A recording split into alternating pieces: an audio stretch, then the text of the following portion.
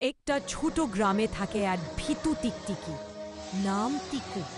টিকু সব কিছুতেই ভয় পায়, বিড়াল, আলো, এমনকি নিজের ছায়াকেও। ওর বন্ধুরা, একটা পিঁপড়ে আর এক চড়ুই পাখি, ওকে সব সময় বলে, টিকু ভয় পেও না, সাহস দেখাও।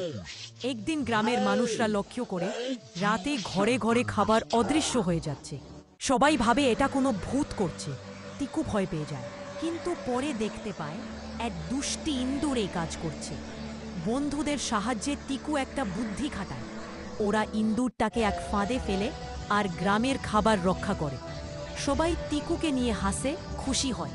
টিকু তখন গর্ব করে বলে, ভয় পেলেও যদি চেষ্টা করো তবেই তুমি সাহসী।